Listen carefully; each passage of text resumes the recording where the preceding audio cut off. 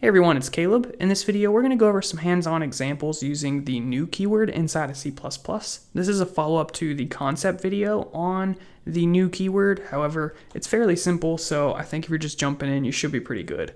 Visual Assist is your go-to Visual Studio plugin to improve your C++ code and increase productivity. With Code Assistance, you can code away as Visual Assist fixes mistakes and suggests auto-completions. Comprehensive code refactoring allows you to simplify and modernize complex code, while Code Analysis will scan your code for common errors and style violations. The end result is not only a better coding experience, but better code that's easier to maintain and easier to build upon. Give Visual Assist a try by following the link in the description. So first off, let's just talk about a normal variable, and then we'll talk about how to use the new keyword with this. So this is how you create an integer variable, and you have the option here to say new int and pass this into the constructor as an argument. And when you do this, it's going to return a pointer. So whenever you see new, you're going to be working with pointers. So make sure you're familiar with those, of course, but to create a pointer, you just need to throw in an asterisk in here. I'm going to put it right there, but again, you could put it by the int as well. So to work with this pointer, let's just go ahead and output the value.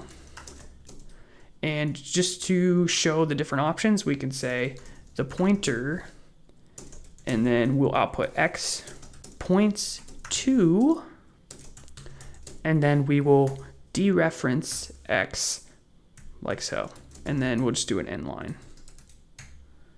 All right, so running this, the pointer, this location, points to 5. So that should give you the basics of working with pointers. Now, this isn't quite complete because whenever you use the new keyword, there is the second part of this, which is freeing that memory. And you do that with the delete keyword. So you would just say delete x. So whenever you want to delete your x, that is how you do it. So run this. It works exactly the same. And even for this application, it's not the end of the world, just because, this line happens and then the program ends. However, if you're working with pretty much any application, it's considered best practice to always delete after you use the new keyword. The interesting thing is that this memory is going to be occupied as long as we have not deleted it. So we are required to delete it if we're ever going to free that memory. So it's a lot more responsibility on the developer.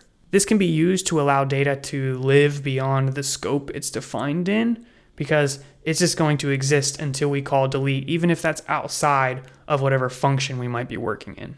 Kind of digging into the weeds a little bit there, but just wanted to throw that out there.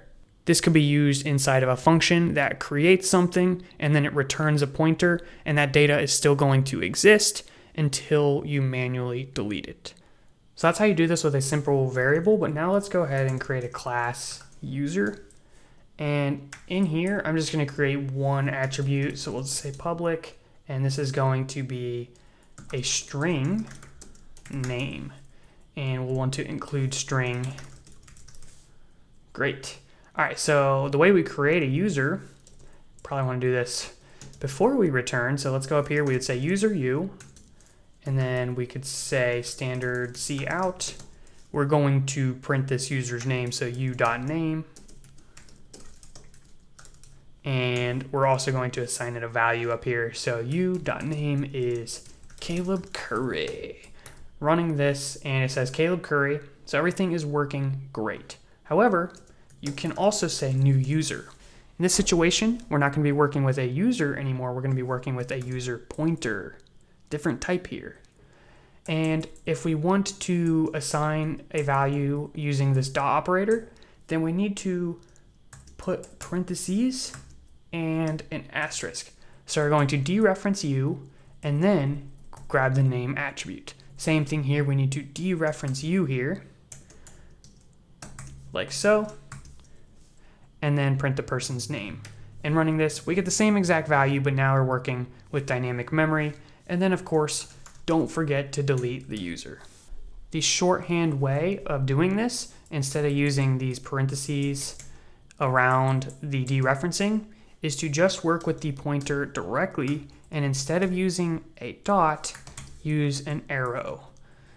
So the arrow operator kind of combines these two actions in one, which is really convenient. So now it should work just the same. So you'll see the arrow whenever we're working with objects and we need to grab an attribute on that object. I did mention that this technique can be used to create dynamic arrays. However, I suggested vectors, but if you want to see the syntax on how to do something like this, here is a Stack Overflow question, how to create a dynamic array of integers. And you can see we get input and store in a variable size, and we build the array using that size. We just have to make sure we delete the array when we're done. Again, other people recommend, hey dude, just use vector, but to answer the question, this is how you technically create a dynamic array. There's also this other solution down here which could be interesting if you really want to. So here's a way you can create a dynamic array using C++ 14 and C++ 11. It mentions zero overhead, unlike standard vector. So basically when you're using a vector, there's like a little bit extra work that needs to be done. But in my mind, more than likely, the overhead is minimal and using a vector is just fine in most applications. Now, just for fun, what I want to do is I want to invoke the new keyword in a loop for as long as possible and see what happens to my computer. Is that a good idea? Maybe I shouldn't. No, I'm not going to do it. I'm not going to do it. No, I'm going to do it, but I'm going to stop recording in case it just stops my computer. I don't want to lose this, so give me a sec. All right, so here's what we're going to do. We're going to say, while true, and let's just create a pointer variable to a new integer. And we're not going to delete it, so it's just going to keep creating it. You know, this actually might take forever because, you know, an integer is not that big and I have like 64 gigabytes of RAM, so I'm not entirely sure if this is going to work how I expect. However, just because I'm going to output so we can follow along. So let's just output y and then an endl. All right, let's run this and thank you guys for watching. All right, seems to be working. You can basically see how it's going up in memory address every single time. I'm not able to quantify exactly how fast this is going just based off of this hexadecimal. However, given enough time, it's going to run out of memory because you're not using delete. I'm assuming it would break eventually, although I've never actually waited to see. So why don't you guys give it a try and let me know what happens. Maybe I'll leave it overnight. I don't really know. But first, let's mesmerize ourselves. I realized we could also just take a look at the activity monitor and look at the memory here of Sublime Text and see it go up over time. So given the fact that I got like 64 gigs of memory, actually 72, this is probably going to take a while, but you can see it is going up and it's even above Final Cut Pro and Google Chrome, which is just crazy. Thank you for watching and please be sure to subscribe.